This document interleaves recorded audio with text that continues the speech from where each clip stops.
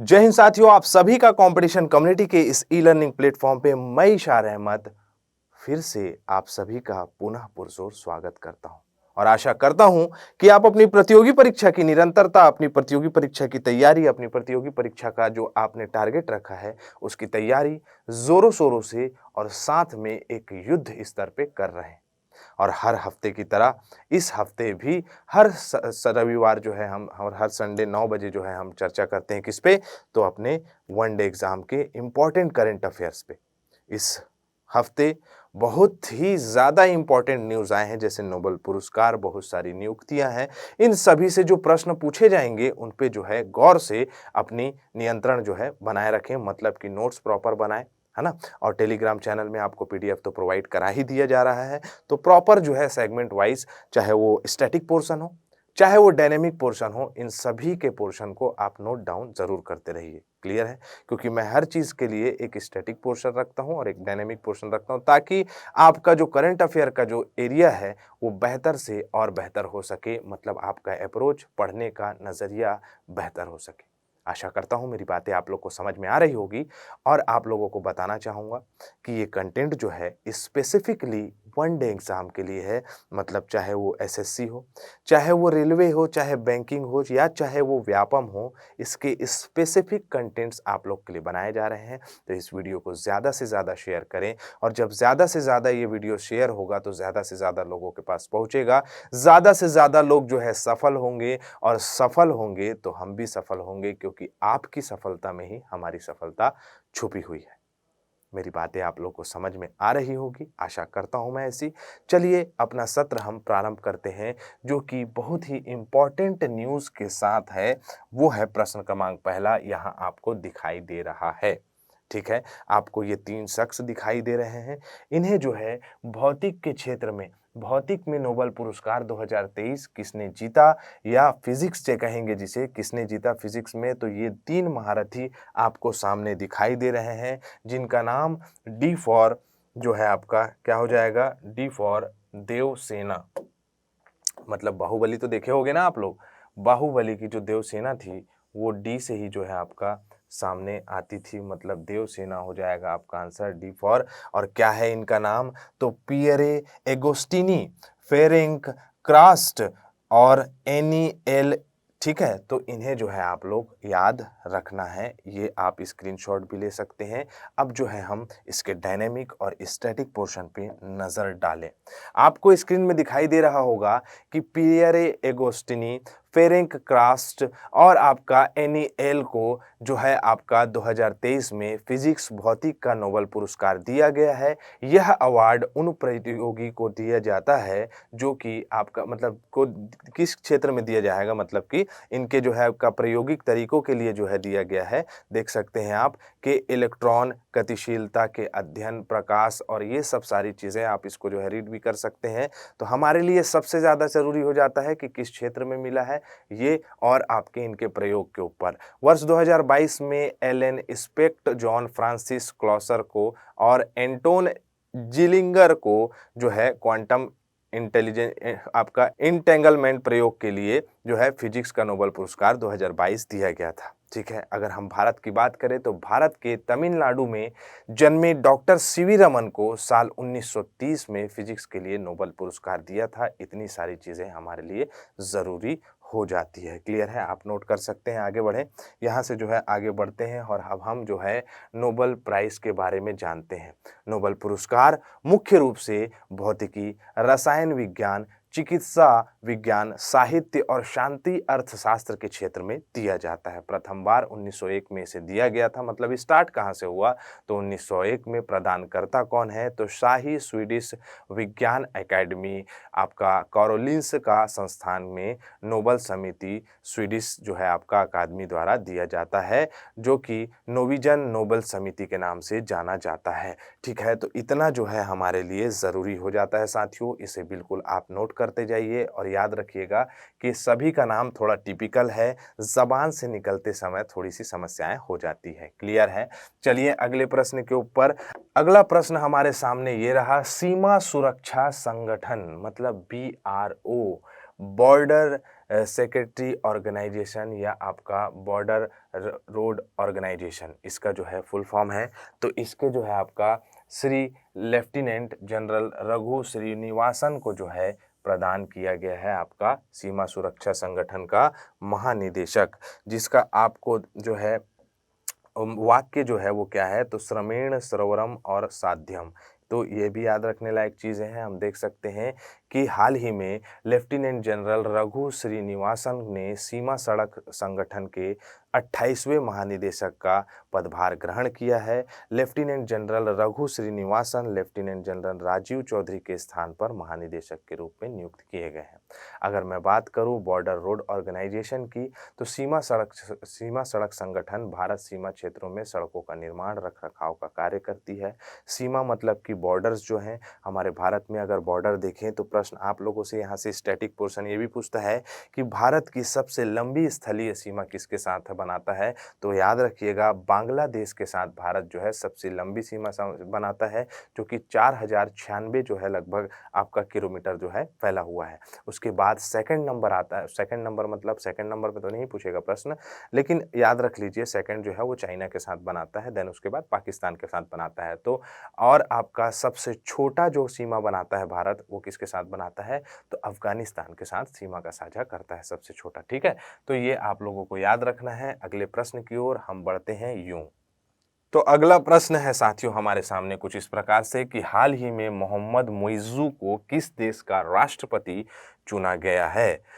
Mohammad Muizzu has been elected as the president of which country। तो आपको ये जो मुइज़्ज़ू जी दिख रहे हैं, ये मालदीव, जो कि हमारे भारत के जो है कुछ पड़ोसी देशों में भी ये जो है सम्मिलित होता है, तो मालदीव के राष्ट्रपति मोहम्मद मुइज़्ज़ू जो है बने हैं। आप देख सकते हैं कि हाल ही में मोहम्मद मुइज़्ज़ू को मालदीव देश का राष्ट्रपति चुना गया है, मालदीव देश का। ठीक है, मालदीव में हुए राष्ट्रपति चुनाव में मोहम्मद मुइज़्ज़ू ने पूर्व राष्ट्रपति इब्राहिम मोहम्मद सोलिह को जो है परास्त किया है, हराया है। अगर हम बात करें मालदीव की, तो मालदीव हिंद महासागर में स्थित एक द्वीप देश है, जिसका कैपिटल, जिसकी राजधानी है माले, और राजभाषा है महल या दिवेही कहा जाता है। मुद्रा मालदीवी रुपया है, रुपया नहीं होगा, ये क्या होगा आपका रुपया, क्या होगा रुपया। क्लियर है साथियों, तो आपका मालदीवी रुपया इसका आंसर, मतलब आंसर तो नहीं, मतलब यहाँ की मुद्रा है। क्लियर, आगे बढ़े चलो। अगला प्रश्न है हमारा, 4th विश्व सांस्कृतिक महोत्सव का आयोजन किस देश में किया गया है। तो याद रखिएगा आपका अमेरिका के वॉशिंगटन डीसी में जो है इसका आयोजन कराया गया था। यहाँ दुनिया भर के जितने भी कल्चर्स हैं उनके जो है आपके बारे में प्रदर्शनी कला लगाई गई थी। तो हम समझ सकते हैं कि ये जो है आपका कहाँ हुआ है, तो अमेरिका की राजधानी वॉशिंगटन डीसी में। तो अमेरिका की राजधानी भी आपको पता होनी चाहिए, वॉशिंगटन डीसी है। इस महोत्सव का आयोजन आर्ट ऑफ लिविंग संस्थान द्वारा किया गया था। महोत्सव के पिछले 3 संस्करण 2006, 2011 और 2016 और वर्तमान में चौथा संस्करण था। क्लियर है साथियों, आगे बढ़े आइए। अगला प्रश्न हमारे सामने ये रहा कि 2023 में साहित्य के लिए नोबेल पुरस्कार का सम्मान किसे दिया गया है।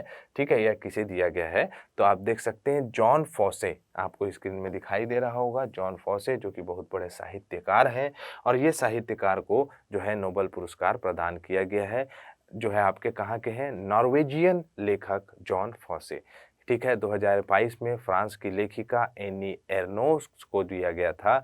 2021 में तंजानिया के लेखक अब्दुल रज्जाक गुरहान को दिया गया था, और रविन्द्रनाथ टैगोर भारतीय पहले नागरिक थे जिन्हें 1913 में इन्हें नोबेल पुरस्कार प्रदान किया गया था। और इसी नोबेल प्राइज मनी से इन्होंने शांति निकेतन की शुरुआत की थी। शांति निकेतन विश्वविद्यालय बनाया था, जहाँ से बहुत सारी पर्सनालिटीज़ जो है भारत को प्रदान की, और यही शांति निकेतन वर्तमान में यूनेस्को की विश्व विरासत सूची में है, जो कि आपका कौन से नंबर का है, तो 41 नंबर का है, मतलब 41वें क्रमांक का भारत में विश्व धरोहर है।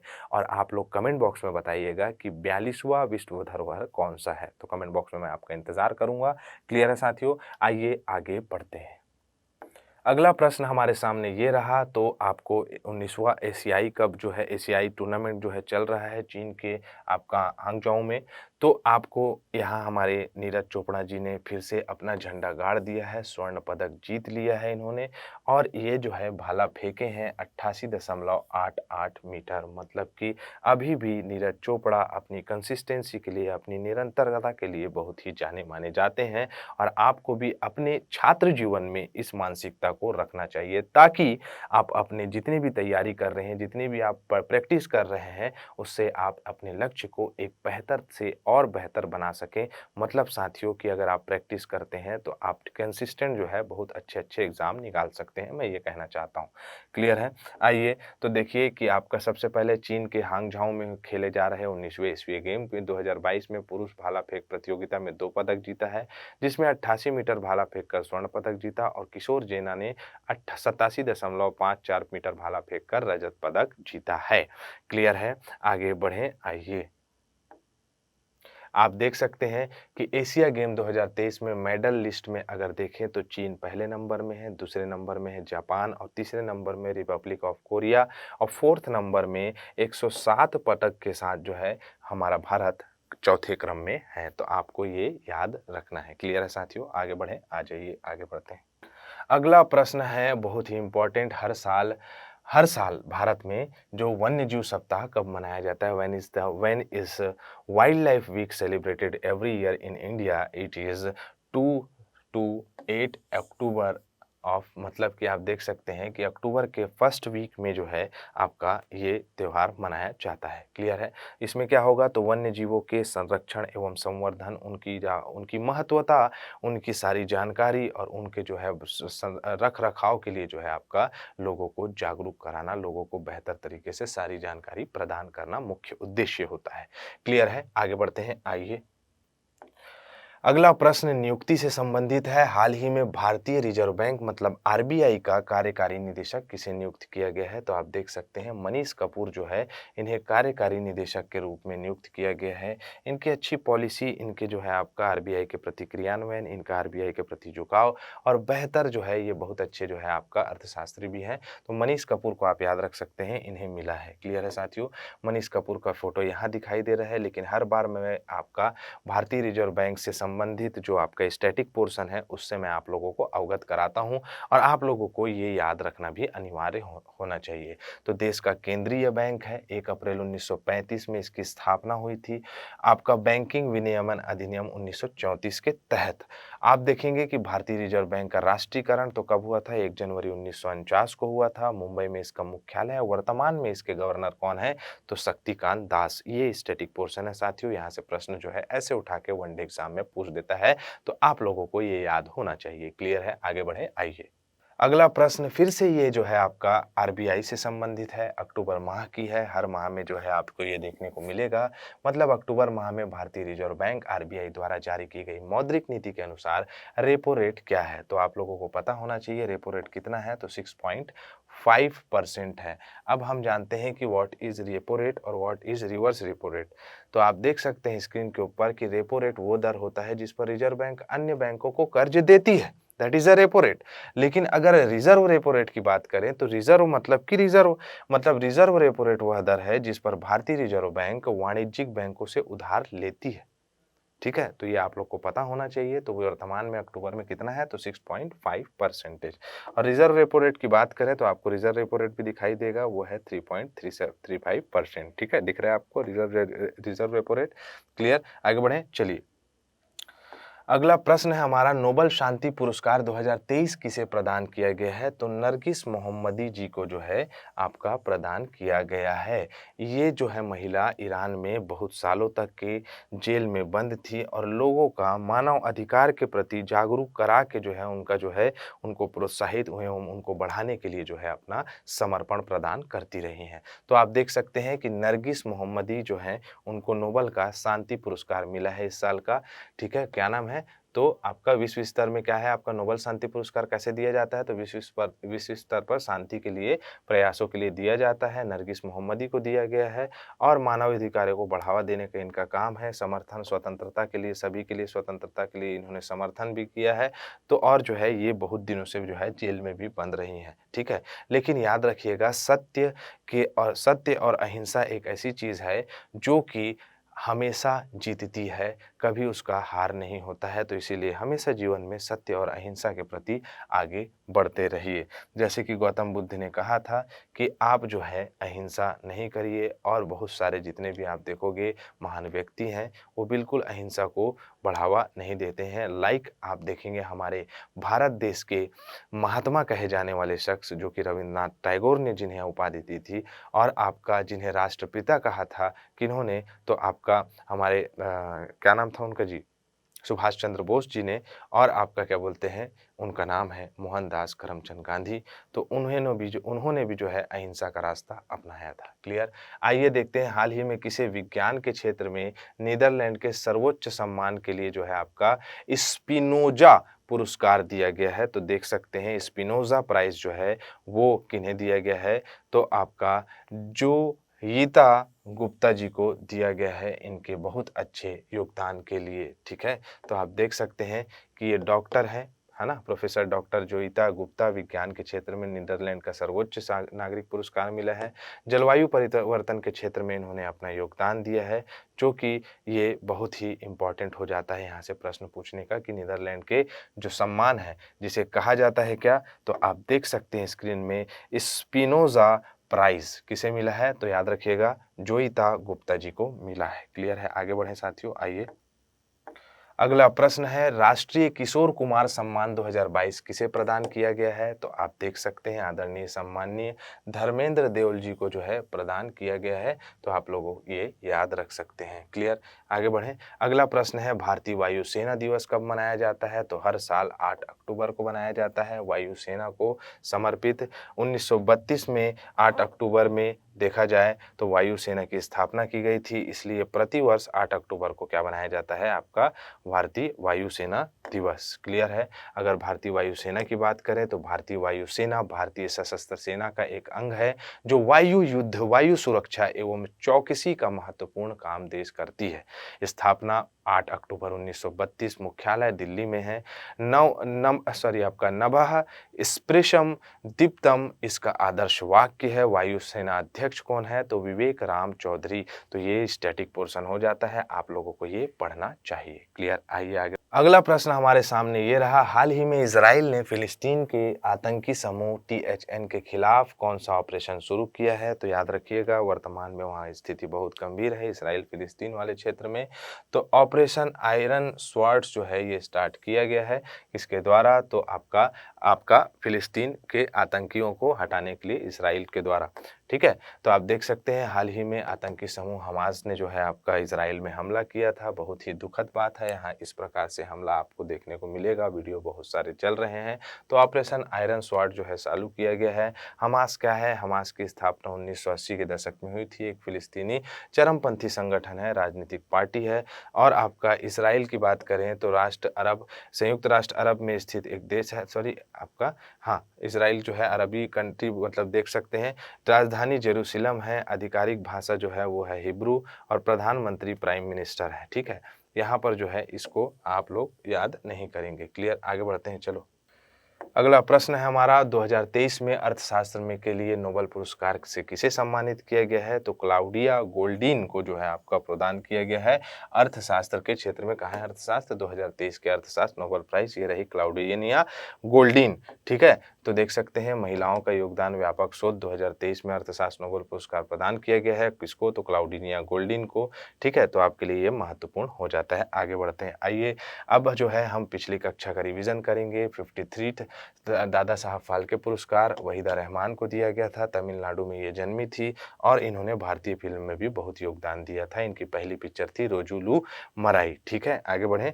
अगला उसके बाद आता है आपका दादा साहब फाल्के पुरस्कार। दादा साहब फाल्के पुरस्कार जो है कि बात करें तो आपका भारतीय सिनेमा जगत में दिए जाने वाला वार्षिक पुरस्कार है। 1969 में इसकी स्थापना हुई थी। देविका रानी को सबसे पहले मिला था, आशा पारेख को आपका वर्तमान में 52 नंबर में दिया गया था। विश्व पर्यटन दिवस 2023 का थीम क्या है, तो पर्यटन और हरित निवेश इसका मुख्य आपका जो है थीम है। और कब मनाया जाता है तो 27 सितंबर को। वर्तमान में होस्टिंग कंट्री बात करेंगे तो सऊदी अरब था, लास्ट ईयर इंडोनेशिया था। तो आपको देखेंगे तो इसमें पर्यटन के आपके संरक्षण, संवर्धन एवं उसके उत्थान के लिए कार्य किया जाता है। ठीक है, क्विक रिवीजन है तो क्विक रिवीजन के फॉर्मेट में ही चलेंगे।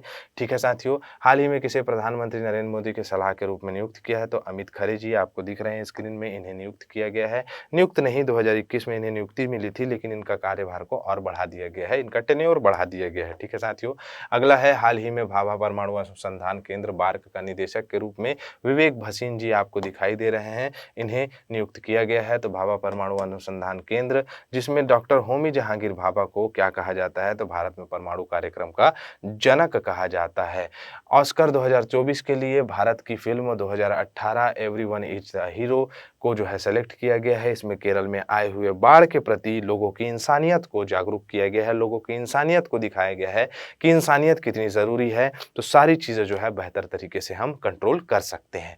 क्लियर है साथियों, आइए आगे बढ़ते हैं। अगला प्रश्न जो है वो हमारे सामने कुछ इस प्रकार से रहा कि ऑस्कर अवार्ड के बारे में आप ये लिख सकते हैं, बाकी पिछली कक्षा में मैंने आप लोग को पढ़ा दिया है। चर्चित चौक परियोजना का संबंध किससे है तो छत्तीसगढ़ में शिक्षा में सुधार के लिए इसे लाया गया है, जो कि वर्ल्ड बैंक जो है इसमें सहायता प्रदान कर रहा है।